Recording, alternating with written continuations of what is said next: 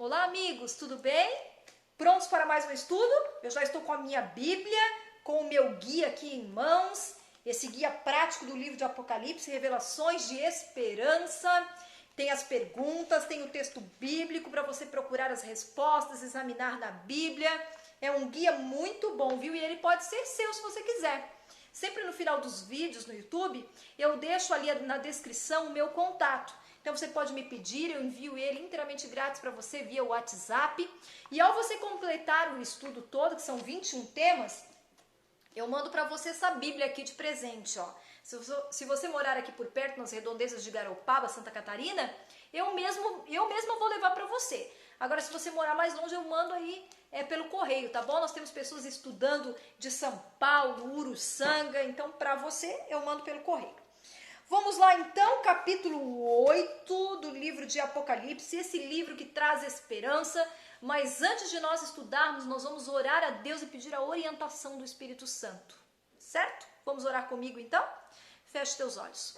Grandioso Deus e Pai, obrigado, Senhor, porque o Senhor é um Deus poderoso, um Deus misericordioso, um Deus que cuida de nós de uma maneira que nós não podemos entender, um Deus que não está alheio aos nossos problemas. Nós te pedimos que o Senhor envie o teu Espírito Santo agora neste momento, Senhor, a cada pessoa que está estudando o livro do Apocalipse através desses vídeos, a cada pessoa que pediu o guia através do WhatsApp, para que o teu Santo Espírito ilumine a mente e o coração, Senhor, para as verdades da tua palavra, para a verdade presente da palavra de Deus. E tudo isso nós te pedimos e te agradecemos no santo nome de Jesus Cristo, nosso Senhor e Salvador. Amém. Muito bem, no último estudo, nós vimos então aí o abrir dos selos e fomos até o 6º selo. E agora aqui em Apocalipse 8, no versículo 1, nós vamos ver o abrir do 7º selo. Vamos ver o que é então o abrir do 7º selo, o que ele quer dizer para nós? Capítulo 8, versículo 1 diz assim, ó, quando o Cordeiro abriu o 7º selo, houve silêncio no céu cerca de meia hora. Por que será que houve silêncio no céu por 7 dias?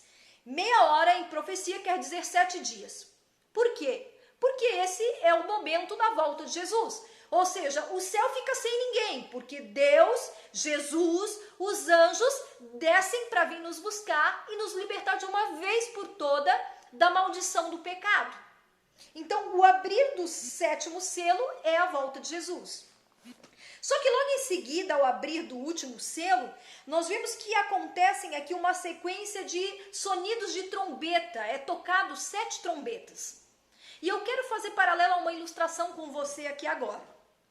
Você já esteve dirigindo ou esteve dentro de um ônibus ou de alguma condução com alguém, onde à sua frente você vê um guarda com apito na boca, mão levantada e fazendo assim com a mão, ou seja, indicando que é para reduzir a velocidade, e de repente quando você olha pelo retrovisor, você vê um carro branco com um letreiro em vermelho escrito ambulância, e aí você escuta um som alto, um sinal sonoro que te diz automaticamente, porque você sabe que você precisa recuar para o acostamento para que aquela ambulância possa passar. Você já passou por uma situação dessa?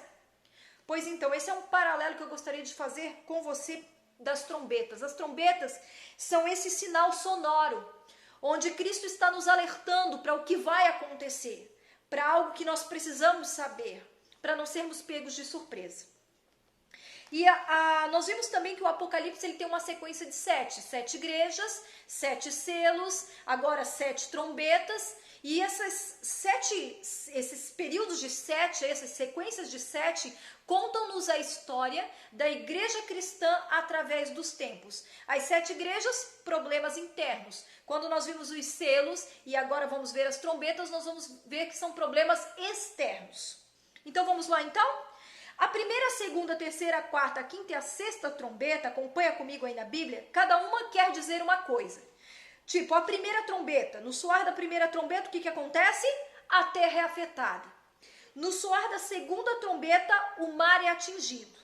No soar da terceira trombeta, as águas se tornam amargosas. No soar da quarta trombeta, o sol, a lua e as estrelas são feridas. No soar da quinta trombeta, nós vemos que há tormento durante 5 meses, isso profeticamente falando. No soar da sexta trombeta, nós vemos que há tribulação durante a hora, o dia, o mês e o ano. Isso pode estar se referindo a duas coisas, ou a Daniel 7:25, ou a um período na história, sendo que nós estamos estudando o livro de Apocalipse numa perspectiva historicista, ou seja, vendo a profecia se cumprindo através da história. Tá bom, Janaína, o que essas 6 trombetas querem me dizer então? Eventos que impactam o povo de Deus desde o primeiro século da era cristã, desde a igreja de Éfeso, desde o primeiro selo até a era da segunda vinda de Cristo. Ou seja, as 4 primeiras trombetas, elas se concentram aí na desintegração do grande Império Romano Ocidental pelas tribos dos povos bárbaros do passado, que prepararam aí o caminho então para a consolidação de Roma papal. E a quinta e a sexta trombeta, segundo Apocalipse 9, do versículo 1 ao 21, elas apontam para os eventos desencadeados aí pelos muçulmanos, pelo poder muçulmano. Como o quê? Como a conquista de Constantinopla no século XV, isso na história, e a decadência do Império Otomano no século XIX. Tá bom, nós vimos que essas coisas aqui se cumpriram através dos tempos. Mas então, o que acontece quando toca a sétima trombeta? Vamos lá para Apocalipse 11, do versículo 15 ao 19, para a gente entender isso? Capítulo 11, versículo 15 a 19. E diz assim a palavra de Deus: O sétimo anjo tocou a trombeta, e houve no céu grande voz dizendo: O reino do mundo se tornou de nosso Senhor e do seu Cristo, e ele reinará pelos séculos dos séculos. E os 24 anciãos, nós já estudamos sobre isso, já vimos quem são, que se encontraram sentados no seu trono, diante de Deus, prostraram-se sobre o seu rosto e adoraram a Deus, dizendo: Graças te damos, Senhor Deus Todo-Poderoso, que és e que eras, porque assumiste o teu grande poder e passaste a reinar.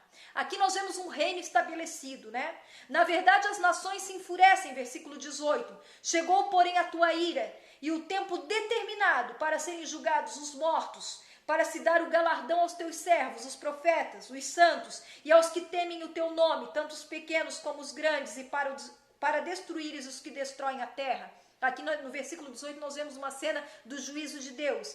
E no versículo 19, abriu-se então o santuário de Deus que se acha no céu, e foi vista a arca da aliança no seu santuário, e sobrevieram relâmpagos, vozes, trovões, terremotos e grande saraivada. Então o que acontece quando o anjo toca a sétima trombeta? O reino de Deus estabelecido. No sétimo selo é Jesus voltando. Na sétima trombeta é o reino já estabelecido, ou seja, acabando o pecado de uma vez por toda, eliminando o pecado de uma vez por todas. Só que quando ali no versículo 19, João tem uma visão celestial novamente do trono de Deus, lá no trono, no santuário celestial, ele vê o que lá? A arca da aliança. E agora eu te convido para você se remeter lá para o tempo de Moisés, lá para o Antigo Testamento.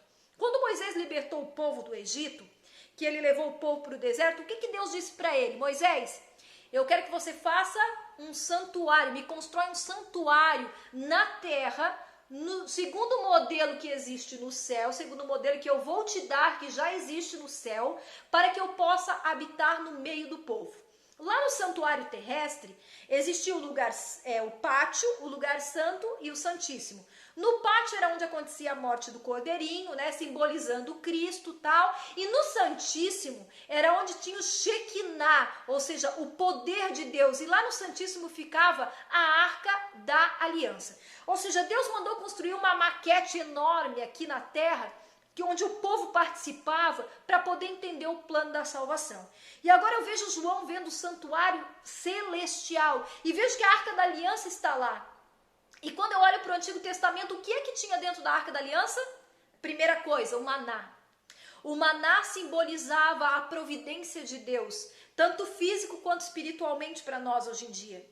O maná era o alimento diário do povo. Nós vemos ali o cajado de Arão, que simbolizava o juízo.